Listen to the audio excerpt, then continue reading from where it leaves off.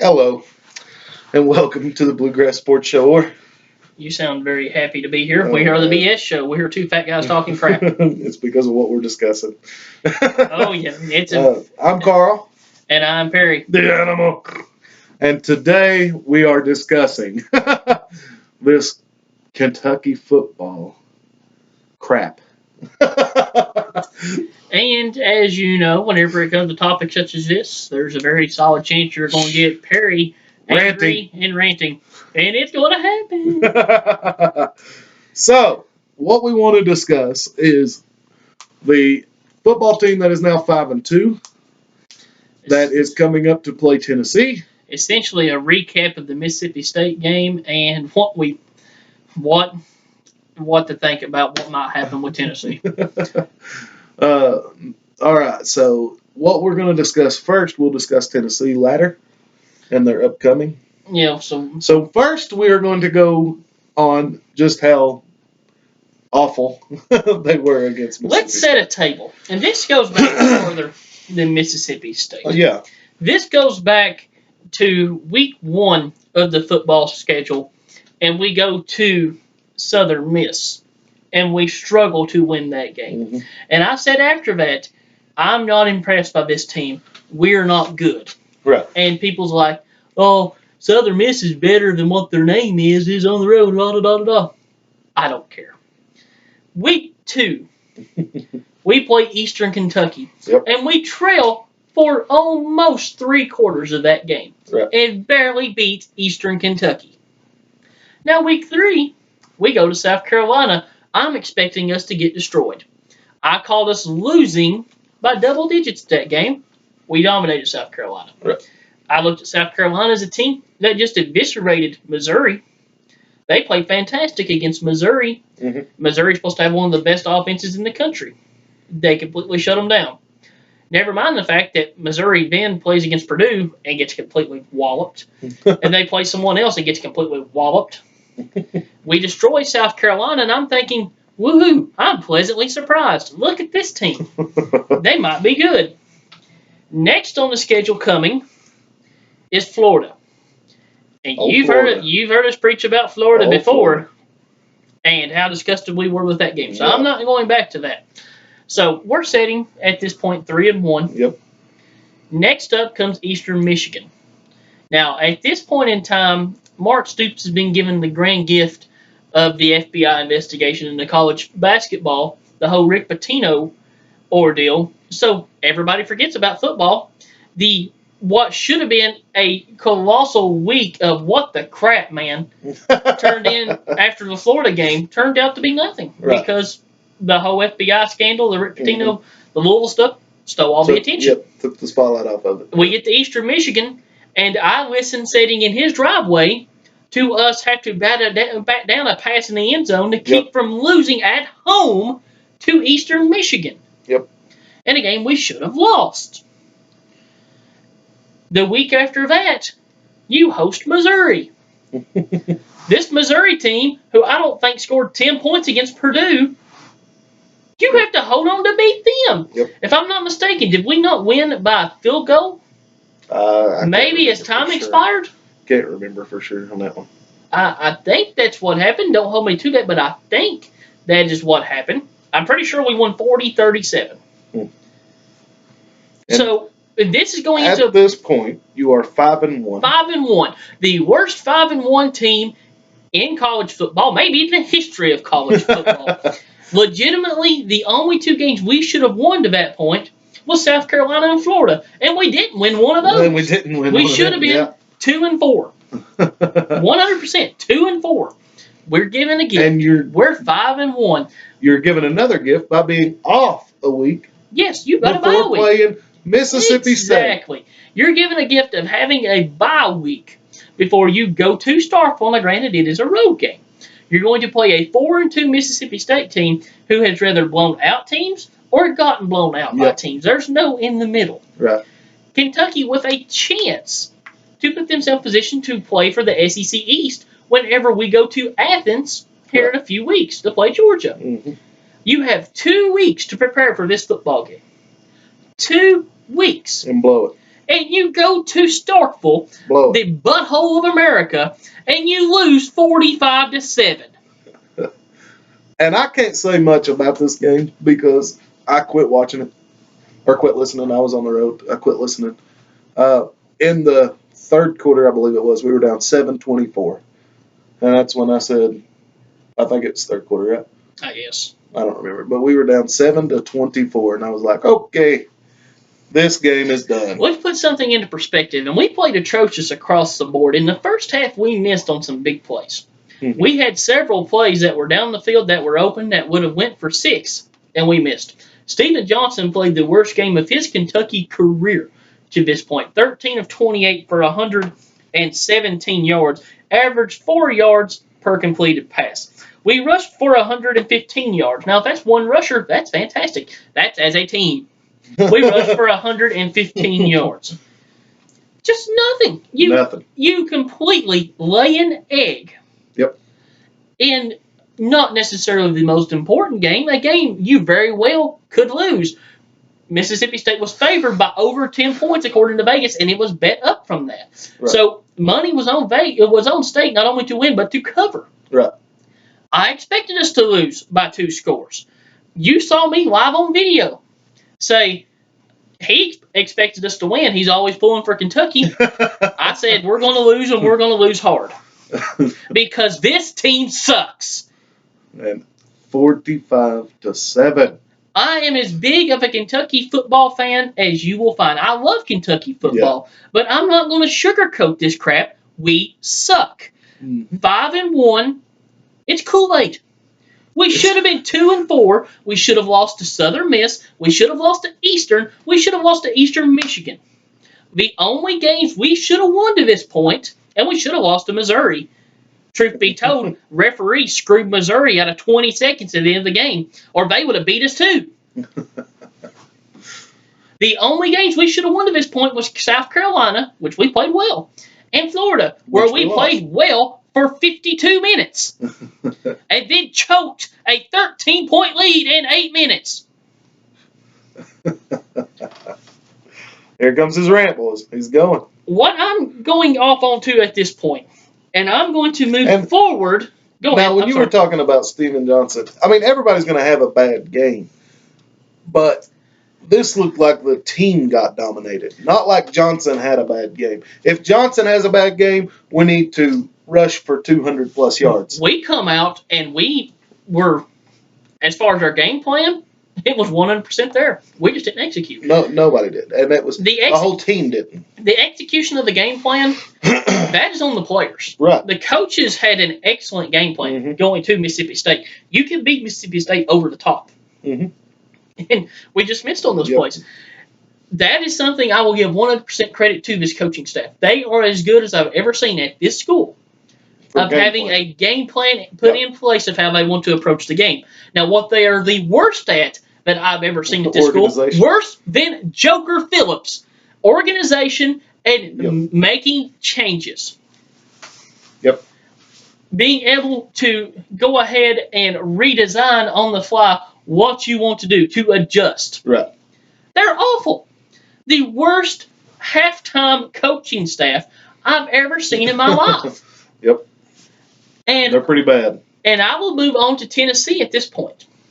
And now, here we can go to Tennessee. Now, did they play? They played Alabama last week, and they got beat 45-7. Yeah, I seen that one. But watching the game, they scored a touchdown on Alabama in I think the third or fourth quarter. Me and Dad was actually watching the game, and they said that was their first touchdown since September 28th. And it wasn't an offensive touchdown. No, and it was a defensive touchdown. If we lose to this team, we're not winning another game all season. I won't go necessarily that far, but let me give you my opinion. October 28th, 7:30. Tennessee comes to Lexington, comes to Kroger Field, and by Kentucky's favor for 5.5 points. Tennessee has lost their best player, their running back, something Kelly. I can't remember his first name. His last name's Kelly. John Kelly, something like that. He's not going to play. Right. This Tennessee team is awful. They have not scored an offensive touchdown since September 23rd. Oh, okay. September 23rd, they have not scored an offensive touchdown. Gee. 35 days, 5 complete calendar weeks. Now, I'm not saying Kentucky should keep them out of the end zone on offense. 4 or 5 games at least that they've went? Well, they had a bye week in the middle of that as well. So 4? Yes. I'm not saying Kentucky should keep them out of the end zone on offense. I don't expect them to do it. At some point, every offense is going to score. What I'm saying is that this offense is not nearly competent enough to come to our field and win. No. But whenever you look past that and you see that big orange gay T on the chest of a Tennessee player, football, basketball, doesn't matter, especially in football, you expect a loss. Because that's all we know. Right. All we know is losing to Tennessee. Same with Florida. Tennessee, if you put sheets on both teams, who's afraid of this team? Whenever you pull the sheet off and you see Tennessee, we're not going to win Saturday. We're not winning the game whatsoever. I have no faith at all that we will win this game. I do. And let me tell you this. If we do not win this game, I'm done. I'm done with this team. I'm done with this coaching staff. We could still go 9-3. No. And lose this. We can lose this game against Tennessee. I mean, and still go 9-3. And I would not care the first bit about this team. You know why? Because it's empty. Yep. Because in all realization, I'm just saying we could go 9-3. We're not. No. We're not beating Georgia. Georgia's going to beat us by 50. We will be favored. Counting this coming weekend, of course, I'll go ahead and count Tennessee in regards to this game. Mm-hmm. We will be favored in our remaining games, our remaining 5 games, 4 out of 5. We're favored against Tennessee. We'll be favored against Ole Miss. We'll be favored against Vanderbilt. And we'll be likely favored against Louisville at home. Maybe not. It may be closer to a pick'em. But there's a very solid chance we're favored to win 4 out of 5. Right. Realistically, it's very possible we go 9-3. If you just count the loss to Georgia. Yeah. At worst, I'm throwing in a mulligan here. I'm throwing in the fact that we lose one of these other games that we shouldn't lose. Probably to Louisville. The most likely should be on paper. The worst we should go is 8-4. This team will be lucky if it goes 7-5. We should beat Tennessee not only by 5 points. By 5 points. We should beat Tennessee. We should beat Tennessee by 3 scores minimum. Yes. We should dominate Tennessee. Tennessee is not They are awful. And they're decent defensively, but they can't they are pretty move decent. The ball. And another thing is, defensively, now this may have just been the Alabama game, but they were making a lot of mistakes. A lot of flags were thrown in that game. They made a ton of mistakes defensively. Butch Jones is just, he's the laughingstock of the college football world right now. They were awful, man. Tennessee fans are cheering for us because that ensures he's getting fired. He's getting fired whether he beats us or not. But they are cheering for us because that means that he may not coach another weekend. He is awful. I'm serious. The whole team's awful. So. And that's what I'm saying. If we do not win against Tennessee, I don't see us beating any team for the rest of the season. And we're projected, we should win the most games that we've won in 40 years with this football team. Yeah. Just what we have left on the schedule. Yep. We should. But I don't think it's going to happen. I mean, if we went 9-3, can you imagine what the mindset's going to be like? If we go 9-3 and the only loss left is Georgia, that's awesome. That is. Now, we should have been at the most. I 100% accept the fact that we lost Mississippi State. I expected that. No, Mississippi State is understandable. It's the fact of how we got beat. Right. That's atrocious. But it's understandable that you lose. Exactly. It's understandable that you lose to Florida, but it's how you lost.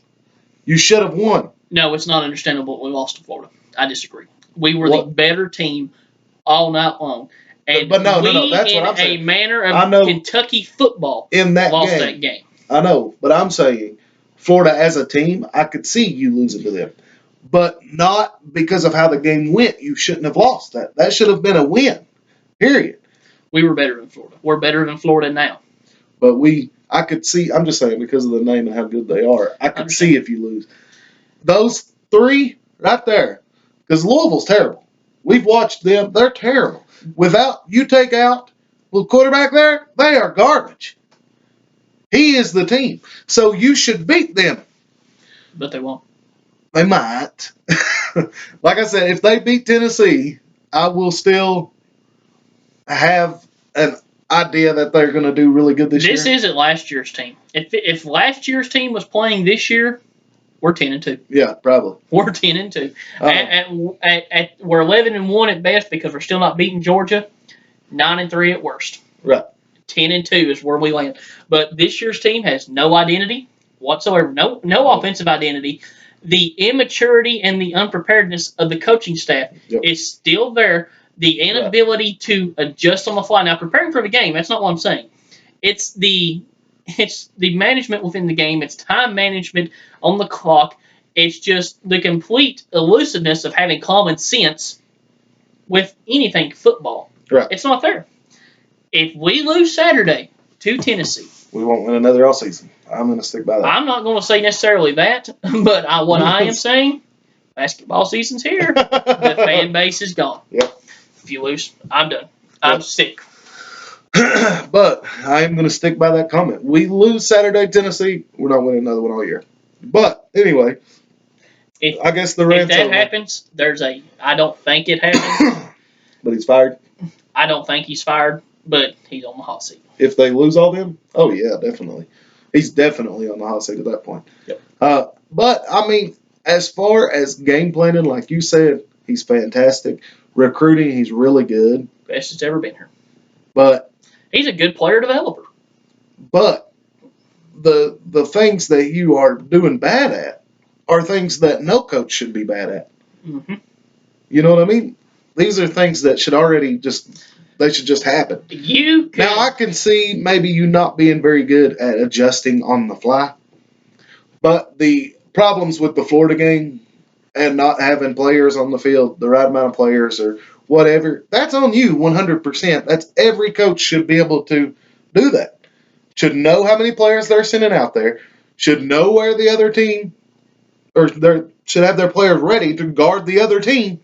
That's not anything to do with adjusting on the fly. That's just you being a coach. You want to know what I equate this coaching staff to, and I'll close my comments at this. What's that? Every week they fix you a gourmet breakfast. You have just the most immaculate strips of bacon, delicious hams and sausages, gravies, biscuits, eggs, whatever you want, and then they dump it all on the floor. They can't manage to hit Oh, man, I would be so mad. They can't. And that's Kentucky football. I know, but I would be so. They can't drop my food on the floor. They can't manage to put it on the plate.